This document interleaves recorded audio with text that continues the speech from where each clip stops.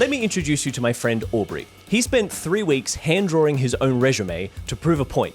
And in this video, we're going to unpack why and tell you why maybe you should do something like this too. This is not a tutorial on how to write a good resume, so if you're looking for that, please look elsewhere, but you might still find something valuable, especially if you're looking for work in a creative industry. Welcome to Determined to Fail. This is how not to write a resume.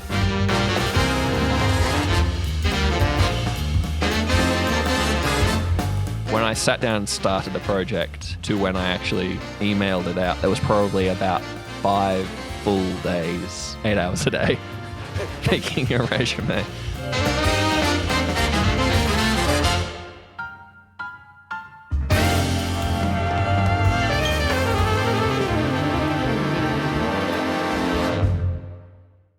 My name's Aubrey. I am an aspiring writer and someone who enjoys making all sorts of creative things, mostly in the storytelling world. This video is about the topic of resumes, how terrible trying to find a job is in the modern day, especially with the third-party companies that now handle a lot of sourcing people, and how BJ and I brainstormed an idea for how to just say no to that entire world of online job hunting.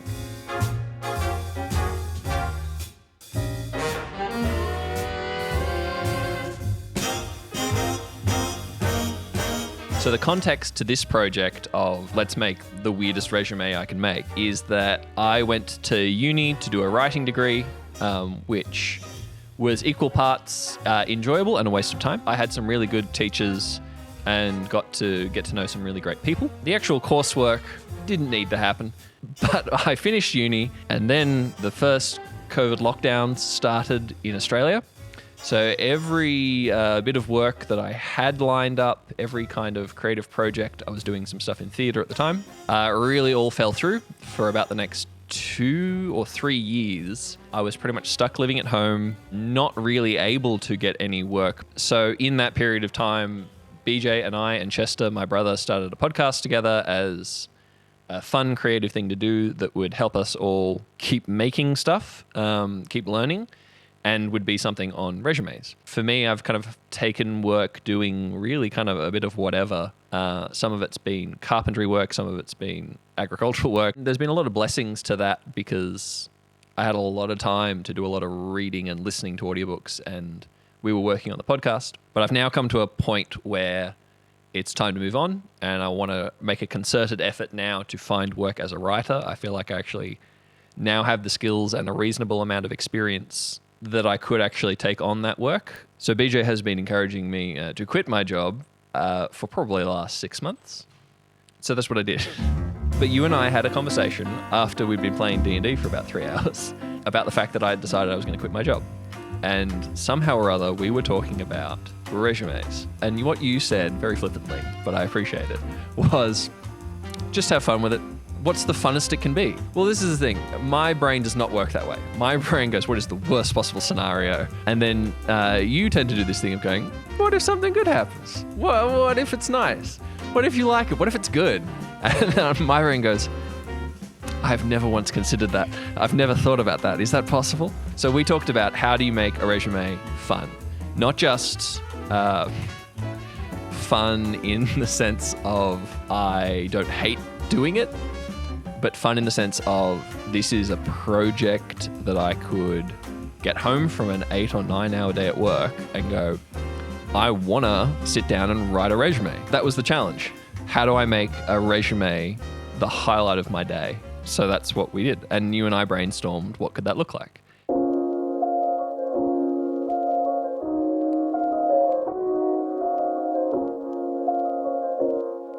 Writing a resume is a pretty alienating process because you're kind of required to pander to a company, or at the very best, pandering to a boss, someone who might hire you. You want to sell yourself. The application system usually requires that you write a resume according to the specs that the application system requires. Then you put it in and you are sorted by an algorithm. A real human being probably only looks at maybe 20 of them out of thousands. So I knew pretty instantaneously that I was not going to do that. And I wasn't going to try doing that because it was alienating. It was to go, I'm not really a person and you're not really judging me as a person. You're using an arbitrary system to look for keywords. It puts 100% of the power on the side of the person who is hiring. As a worker, you need to be able to have the power to actually assess a potential business and go, are you a good fit for me? Not just, am I going to be a good fit for you? I have never got a job because of a resume. There's a couple times I've sent resumes to places where I have ended up working. In all of those cases, later on, they've told me that they never looked at it. It's very much that old saying of it's not what you know, it's who you know. And then after who you know, it's how you are, not about what you know. That was something that was really driven home to me. After we had that conversation, I did a little bit of research. I started looking at, what jobs are advertising? What is there out there? If I was to think about what is the thing that I feel the most equipped to do, it's to get paid to do what I'm already doing on my own, which was writing these games to be played for other people's entertainment. Why not make a resume that is a tabletop role-playing game resume that would have a photo or a drawing of me, the way you normally would in one of these sheets, that would have my name and my class. My class is writer. I think it's level 8, which is just a joke. And then I would structure it. And so I would have a section of skills, the same as in a lot of role-playing games. You would have skills in lockpicking and animal handling and proficiencies and bonuses. And so that's how I would structure my useful skills. And it was a fun way to think about, what are my skills? What are my experience, my education? How can I communicate this in a way that I enjoy making? I still feel like that one's the most accurate in terms of personality, but it looks less like me. So yeah, I'm not good at drawing glasses despite the fact that I have them. I learnt a lot about myself during this process for a couple of different reasons. One of the first things was I'm not interested in pandering to somebody else's needs, let's say. I don't want to go and work for a company where they're going to tell me, here's what we need from you, make it look like this copy of somebody else's work. And especially to anyone looking for jobs, this sounds incredibly unrealistic and maybe even very entitled. I want to work somewhere that appreciates the skills that I have and utilizes them to make cool things. And so part of that meant that I'm going to create a resume that refuses to fit into anyone's grid, that will be unintelligible to this program for sorting out whether I'm applicable, and hope that there is a company or a small team of creatives out there who appreciates that mentality of creativity first, authenticity and pride in your work over trying to please someone how you think that they want to be pleased. Part of my thinking of I'm going to do this my way was that I don't know how to use Photoshop or any of those programs, and I'm not going to learn. I'm aggressively not going to learn. So I had to make everything by hand, which, as it turns out, there's a reason why people invented digital versions of this. It's really a lot quicker, and it may have ended in a better end product, but I refused to learn. Effectively, what I made was not a resume, but an art object, a physical piece of creative expression. And so instead of taking a template online or building a template in Photoshop, I drew one by hand, and then I made it in ink, and I transferred that onto transparent paper and scanned that at Officeworks. There was a lot of trips to Officeworks. I think there were 6 trips to Officeworks in total, most of which happened in 1 or 2 days. This was not trips individually to scan different bits of the project. This was 6 trips to scan the same project because I thought it was finished, and then I would look at the scans and go, I don't like that. I got to go back and change something on the original. And when in Photoshop, you would just go back a couple of saves. In this, I had to draw it again from scratch. I thought about it for probably a week or 2 beforehand.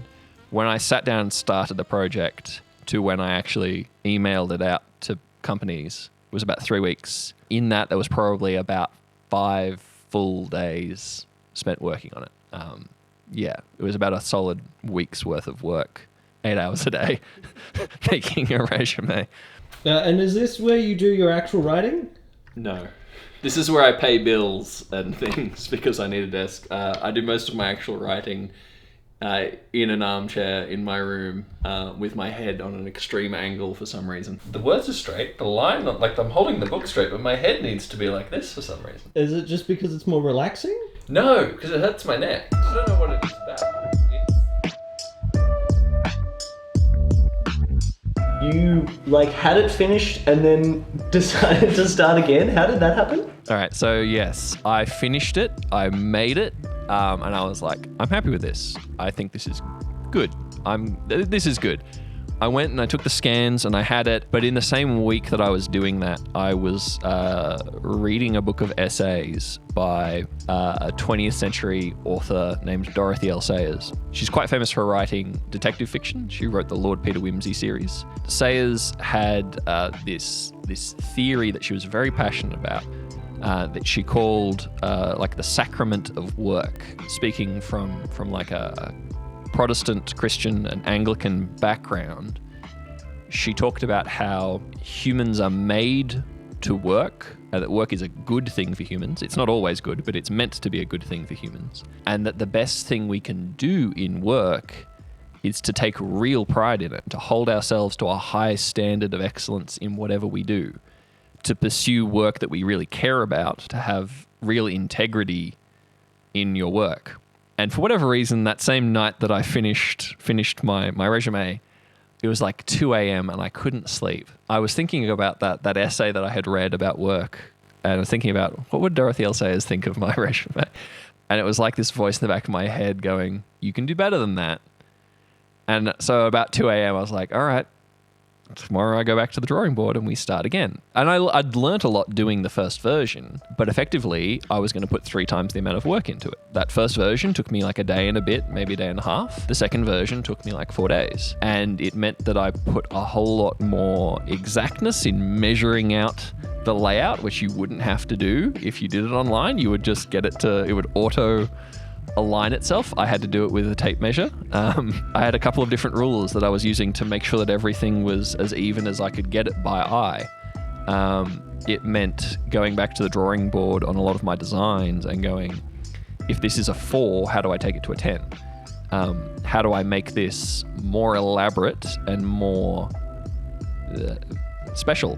And in the end, what I really discovered in doing that was going, this process of starting over lets me put more of myself into it. This goes from being a bit of a quirky idea, and it now becomes, this is a statement about, hey, this is who I am. These are the things that I care about. These are the things that influence me. These are the things that excite me creatively and give me a passion for making stuff.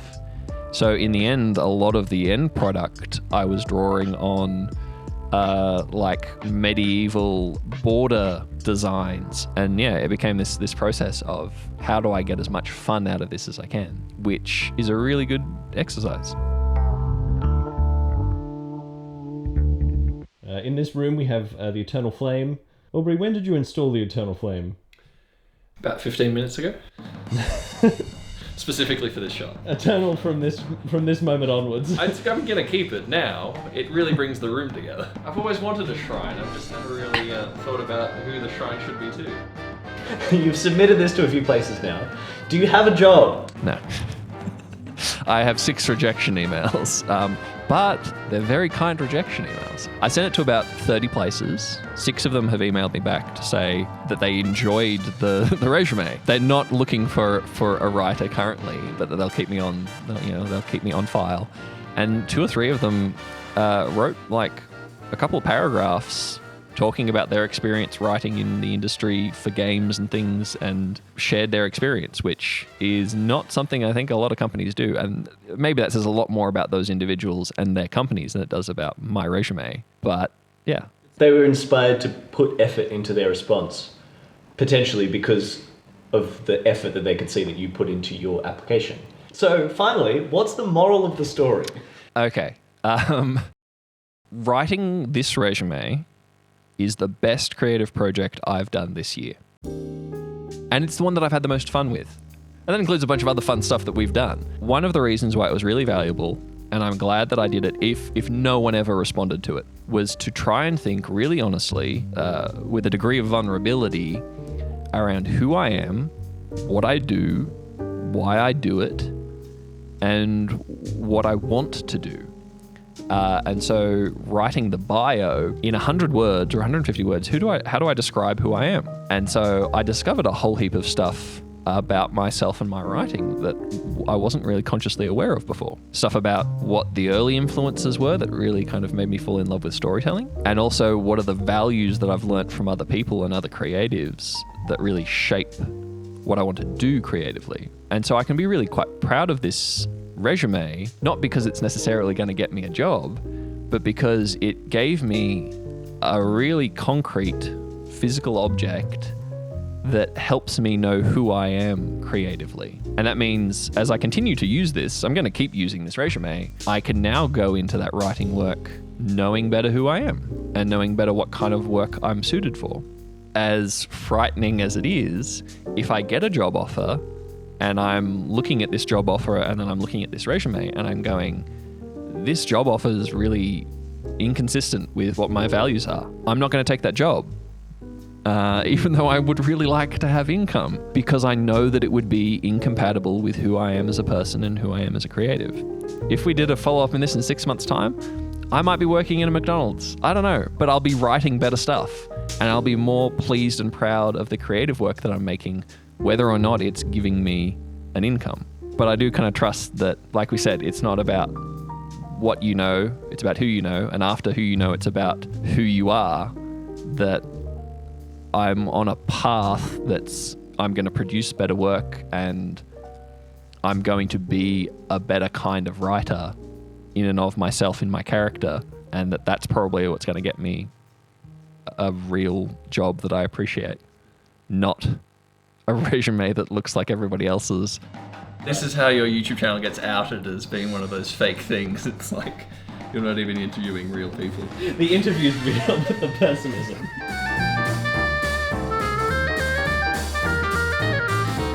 I guess that's the funny thing of the industry is going. There is always a system that the people at the top of an industry think this is how it should be set up because that's how we like it. And sometimes there's very good reasons for why an industry functions the way it functions. And sometimes there are no good reasons. And so I think that's where creatives of all stripes and colors, your job is to break those rules. So break those rules in your career as well as in your art. How can you turn it upside down? That makes you an innovator. If you're genuinely turning things upside down and trying new things and developing new ideas, that's innovation.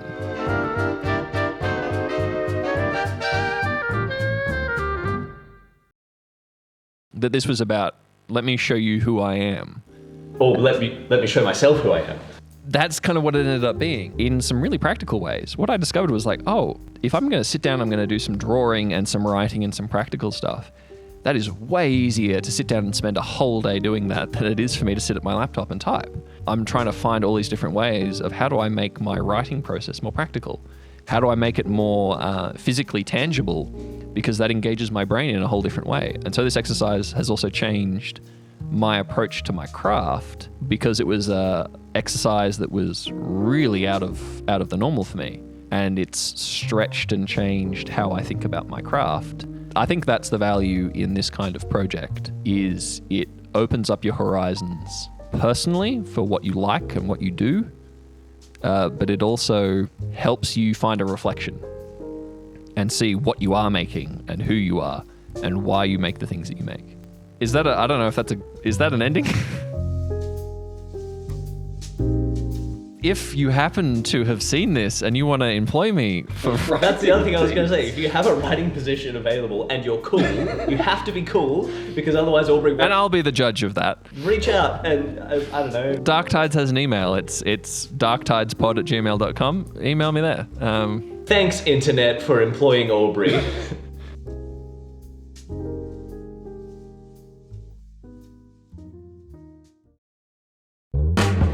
you so much for watching this video. I hope you enjoyed it. This is my first kind of adventure into making a more documentary style video about other people. So if you enjoyed it, let me know. I'd love to hear your feedback in the comments if you have any for me. I'm excited to make more videos like this showcasing other creative people in my life, because I think there's a lot of stories to share and a lot of value there that's not just me and my life, because I'm just one person. So let me know if you're interested in that too. You can also check out Dark Tides, which is the podcast that Aubrey and his brother and I have been making for the better part of about 4 years now. It's an improvised audio drama / tabletop RPG story about two adventurers investigating mysterious happenings on the island where they live. The show sits somewhere between horror and comedy and adventure, and I think it's pretty good. I mean, I am a bit biased, but I'll let you decide that for yourself. Also, if you're interested, you can watch the extended cut of this video, including the full interview with Aubrey, which ended up being about 40 minutes long. I'll leave a link to that in the description somewhere, but I won't tell you where. Ooh, spooky! I'm considering doing an extended cut version of all my videos moving forward, so if that's something that you think is interesting and you'd be interested in watching, then let me know. Your feedback is very valuable to me. Also, if you've had a creative idea that has been sparked by this video, something that you want to try your hand at, or see how you can make a mundane task or something that you have to do really fun and make it a unique expression of who you are, then I'd love to hear about it. So let me know in the comments. I'm not just trying to increase engagement on this video. I do genuinely want to know. The extra engagement is good, but I am actually interested. That's the reason why I'm making these videos, because I want to hopefully share things that other people are doing and maybe inspire other people to do the same. But that is everything for me. Thank you so much for watching. I will see you in the next one. So do we just sit here for a while? Do you put credits over the screen? I have an end screen, which is usually black, but sometimes I'll just like fade the audio out and have the music. And so maybe that'll just be this. The channel and the suggested videos and things to watch. Do you do that annoying thing where the suggested videos come up before the actual video is over and then it's covering half the screen? You can edit that, which lots of people don't seem to know, because yes, that happens a lot. Like the last 30 seconds of the video.